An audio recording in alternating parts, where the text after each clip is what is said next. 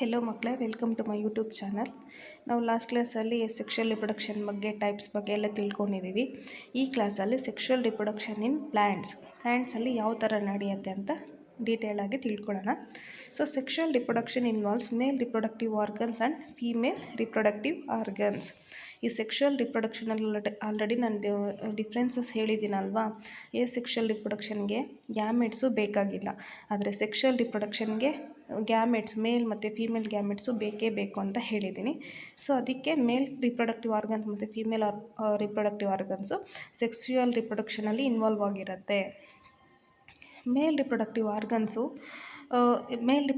organs involves specialized cells called male germ cells. Female reproductive organs involve specialized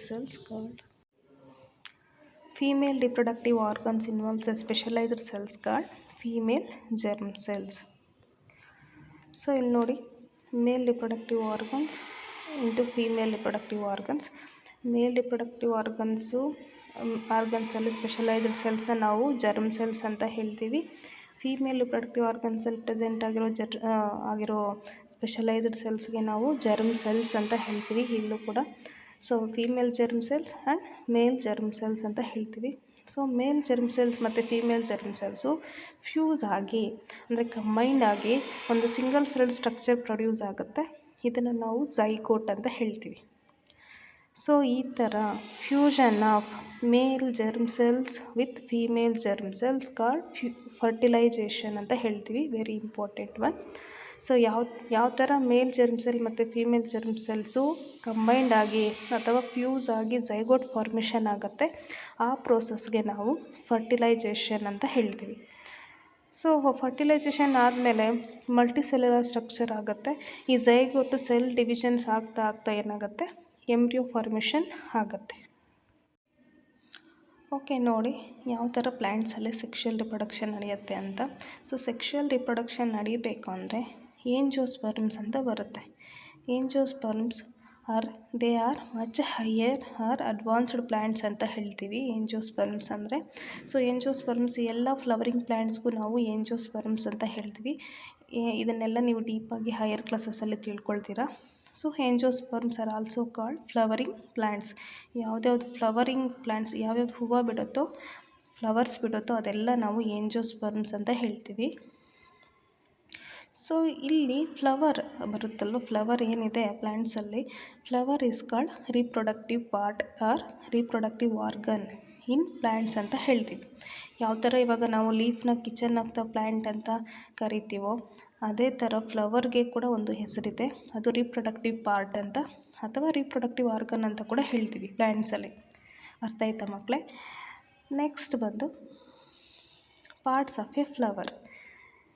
so sexual reproduction ಯಾವ ಥರ ನಡೆಯುತ್ತೆ ಅಂತ ತಿಳಿಬೇಕು ಅಂದರೆ ಫಸ್ಟ್ ನಾವು ಪಾರ್ಟ್ಸ್ ಆಫ್ ಎ ಫ್ಲವರ್ನ ತಿಳ್ಕೊಬೇಕಾಗತ್ತೆ. ಫಸ್ಟ್ ಪಾರ್ಟು ಸೆಪಲ್ಸ್ ಅಂತ ಹೇಳ್ತೀವಿ, next part stalk, third part petals. So ಈ ಥರ ಸಿಂಗಲ್ ಆಗಿದ್ದರೆ ನಾವು ಪೆಟಲ್ಸ್ ಅಂತ ಹೇಳ್ತೀವಿ. So group of sepals are called calyx ಅಂತ ಹೇಳ್ತೀವಿ. ಏನು ಗ್ರೀನ್ ಕಲರ್ಡ್ ಪಾರ್ಟ್ ಇರುತ್ತೆ ಫ್ಲವರಲ್ಲಿ, ಅದು ಸೆಪಲ್ ಅಂತ ಹೇಳ್ತೀವಿ ಸಿಂಗಲ್ ಆಗಿದ್ದರೆ. ಗ್ರೂಪ್ ಆಫ್ ಒಂದು 5 or 6 ಇದ್ದರೆ ಅದಕ್ಕೆ ನಾವು ಗ್ರೂಪ್ ಅಂತ ಹೇಳ್ತೀವಿ.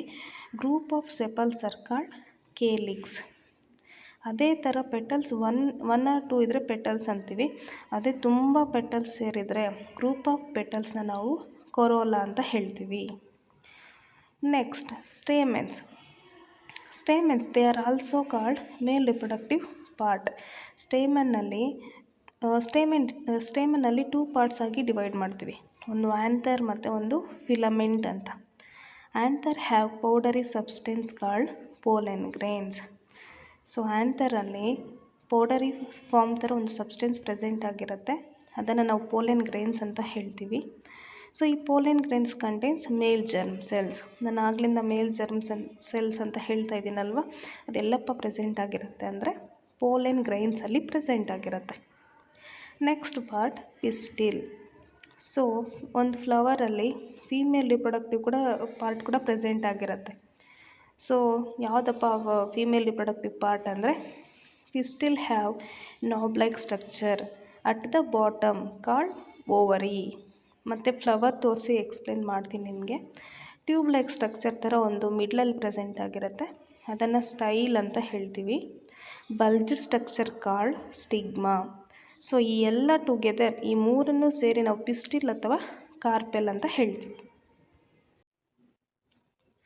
So ovary has ovule. So ovule or egg ಅಂತ ಕೂಡ ಹೇಳ್ತೀವಿ. ಸೊ ಇದನ್ನು female germ cells or egg ಅಂತ ಕೂಡ ಹೇಳ್ತೀವಿ. ಓವರಿ ಪ್ರೆಸೆಂಟ್ ಆಗಿರುತ್ತೆ ಪಿಸ್ಟಿಲಲ್ಲಿ. ಸೊ ಅದರಲ್ಲಿ ಫೀಮೇಲ್ ಜರ್ಮ್ ಸೆಲ್ಸು ಪ್ರೆಸೆಂಟ್ ಆಗಿರುತ್ತೆ. ಓವರಿ ಒಳಗಡೆ ಓವ್ಯೂಲ್ಸಲ್ಲಿ ಎಗ್ಸ್ ಅಂತ ಹೇಳ್ತೀವಿ. ಎಗ್ಸ್ ಪ್ರೆಸೆಂಟ್ ಆಗಿರುತ್ತೆ. ಸೊ ಅದನ್ನೇ ನಾವು ಫೀಮೇಲ್ ಜರ್ಮ್ ಸೆಲ್ಸ್ ಅಂತ ಹೇಳೋದು. ನೆಕ್ಸ್ಟ್ ಸೆಫಲ್ಸ್ ಬಗ್ಗೆ ಹೇಳೋದ್ನಲ್ವ, ಗ್ರೀನ್ ಕಲರ್ ಪಾರ್ಟ್ ಅಂತ.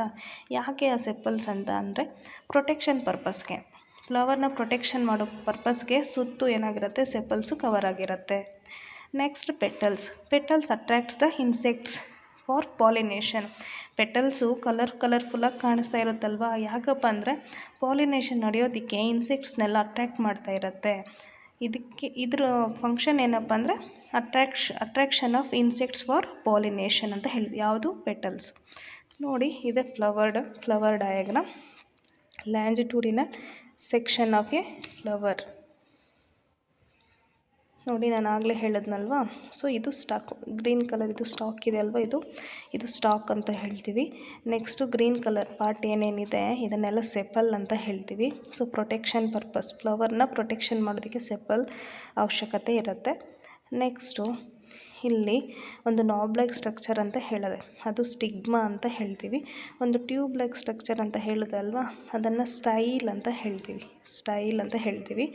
ನೆಕ್ಸ್ಟ್ ಇಲ್ಲಿ ಬಲ್ಜ್ಡ್ ಲೈಕ್ ಸ್ಟ್ರಕ್ಚರ್ ಅಂತ ಹೇಳಿದ್ವಿ, ಅಂದರೆ ಓವಲ್ ಶೇಪ್ಡ್ ಸ್ಟ್ರಕ್ಚರ್ಗೆ ಓವರಿ ಅಂತ ಹೇಳ್ತೀವಿ. ಓವರಿ ಒಳಗಡೆ ರೌಂಡ್ ಆಗಿ ಓವ್ಯೂಲ್ಸ್ ಅಂತ ಹೇಳ್ತೀವಲ್ವ, it is also called eggs ಅಂತ ಕೂಡ ಹೇಳ್ತೀವಿ. ಇಲ್ಲಿ ನೋಡಿ, ಸ್ಟೇಮೆನ್ ಅಂತ ಹೇಳ್ತೀವಿ. ಇದರಲ್ಲಿ ಮೇಲೆ ಒಂದು ಸಿಂಬಲ್ ಶೇಪ್ ಇದೆ ಅಲ್ವ, ಅದು ಆ್ಯಂಥರ್ ಅಂತ ಹೇಳ್ತೀವಿ. ಇದನ್ನು ಫಿಲಮೆಂಟ್ ಅಂತ ಹೇಳ್ತೀವಿ. ಈ ಎರಡನ್ನೂ ಸೇರಿ ನಾವು ಸ್ಟೇಮೆನ್ ಅಂತ ಹೇಳ್ತೀವಿ. ಓಕೆ, ಸೊ ಈ ಸ್ಟೇಮೆನ್ಸು ಮೇಲ್ ರಿಪ್ರೊಡಕ್ಟಿವ್ ಪಾರ್ಟ್ ಅಂತ ಹೇಳ್ತೀವಿ.